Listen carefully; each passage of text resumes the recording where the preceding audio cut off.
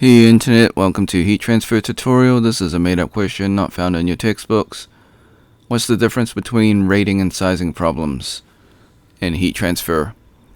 So a rating problem is that we need to find the rate where the heat is moved from place to place or one end to another. So that's called a temperature difference or difference in temperature. A sizing problem is where we are given a rate and we want to find the dimensions for a system or for a device to allow us to achieve the temperature difference. So that's the difference between rating and sizing. So there's not much to explain in this one.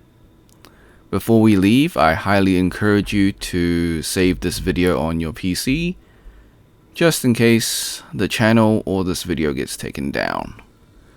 I'm sure you're familiar with snipping tool, so it should be in your taskbar. If not, you can search it on your Windows search bar. So if you never used this tool before, just follow the steps.